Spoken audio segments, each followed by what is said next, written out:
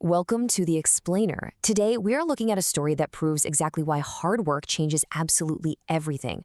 Seriously, we're going to break down the fascinating journey of a young guy named Leo who built an incredible business literally from nothing. And look, this isn't just a story about baking bread, right? It's a complete blueprint for resilience, hustle, and the undeniable power of actually earning your success. So let's get right into it and see how Leo's playbook can apply to whatever it is you're building today. Okay, let's dive into this. Leo's father, Mark, was a mechanic, and he was really struggling just to make ends meet. When Leo confided in him about wanting to achieve massive success, Mark didn't sugarcoat reality for him at all. He set the ultimate ground rules for success right then and there. Dreams are not free. If you want something, you have to fight for it. He basically told his son that you have to start with exactly what you have, even if it's almost nothing, because the universe just doesn't hand out free passes. Section 1. Dreams are not free, starting from absolute zero. Now, to truly appreciate Leo's eventual success, we have to understand the incredibly difficult reality he was operating in. He didn't have angel investors. He didn't have a trust fund. He didn't even have basic financial security. He's just 20 years old, living in a quiet mountain town. His big dream? To own a massive chain of restaurants. But the day-to-day reality was super harsh. His dad was barely scraping by, his mom Claire was cleaning houses just to bring in some extra cash, and all the while his 10-year-old sister Sophie looked up to him as her absolute hero.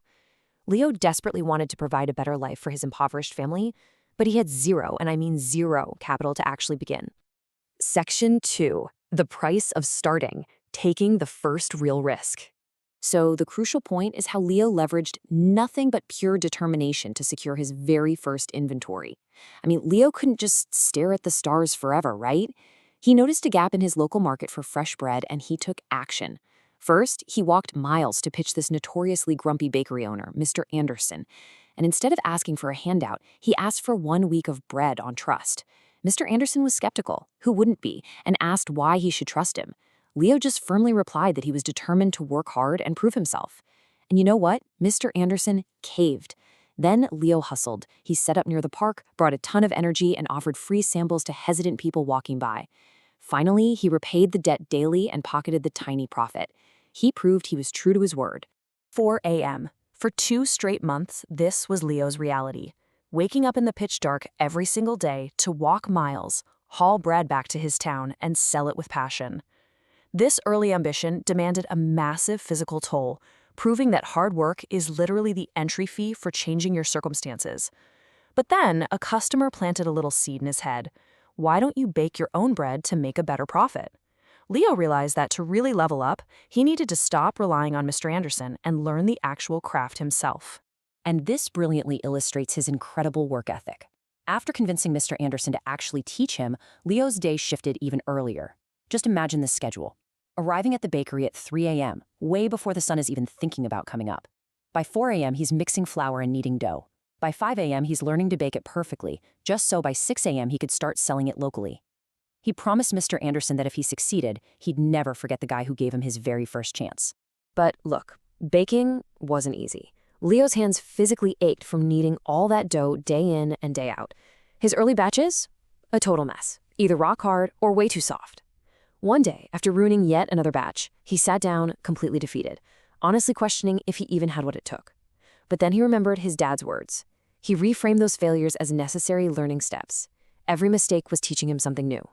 Giving up just wasn't on the table. Eventually, Leo totally mastered it.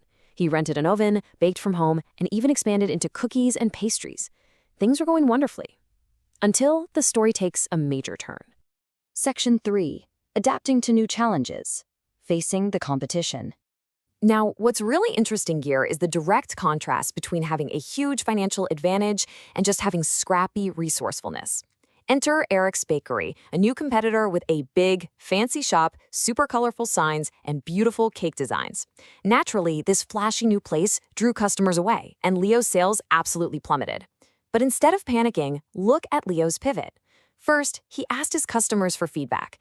Then, using whatever meager savings he had, he painted his cart, added bright decorations, offered free pastry samples, and, this is honestly my favorite part, he went down to the local library and watched videos to learn cake decoration all by himself.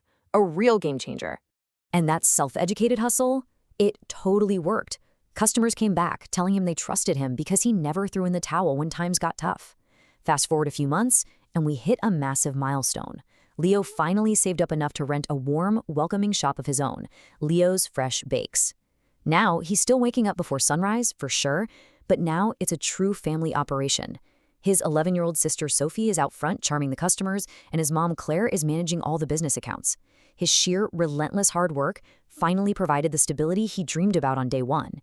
It just goes to show how effort eventually compounds into amazing results. Section 4. When disaster strikes, the ultimate test of resilience. Because just when everything seems perfectly secure, life throws its absolute hardest punch. One stormy night, a fire broke out right near Leo's oven. He managed to stop the flames, but the damage was already catastrophic. His equipment was totally ruined. Which leaves us with an incredibly heavy question. What do you do when you lose everything you've worked for? Just let that sink in for a second. When the townspeople saw the smoke and the damage, a lot of them whispered that this was it, the end of the road for Leo.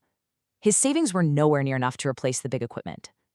But instead of sitting down to worry or waiting for a miracle rescue, Leo went straight to his old mentor, Mr. Anderson, for advice. And Mr. Anderson didn't offer pity. He offered a very hard truth. Work harder, believe in yourself, and people will believe in you too. So Leo made his choice.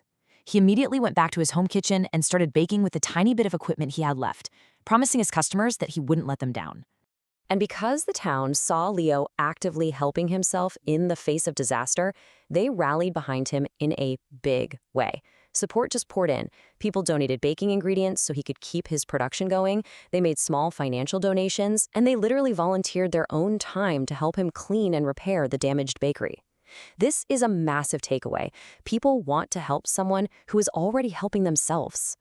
After months of hard work fueled by the community's support, Leo reopened his bakery, and it was better than ever, complete with new decorations and new menu items. On the day of the grand reopening, the town's mayor even showed up, declaring Leo a true inspiration, who proved that with enough determination, absolutely anything is possible. Let's move to and see how this builds into our conclusion. Section 5. Why hard work changes everything. The final takeaways. So, we can distill Leo's entire journey into 4 core steps that absolutely anyone can apply to their own life today. Step 1. Dreams aren't free. They require genuine sacrifice and hard work. Step 2. Failure is not the end. As Leo showed us with his burnt bread and his battle with Eric's Bakery, it is just a chance to learn and grow stronger. Step 3. Help yourself first. When you put in the effort, you naturally attract the support of those around you. And step 4, never give up. Because the darkest moments, like that devastating fire, are so often just the prelude to your greatest success. Leo didn't just build a bakery, he built a life full of purpose, respect, and immense pride. Which brings us to the final thought of this explainer. Nothing is free, but everything is possible. So I'll leave you with this. What will you start working for today?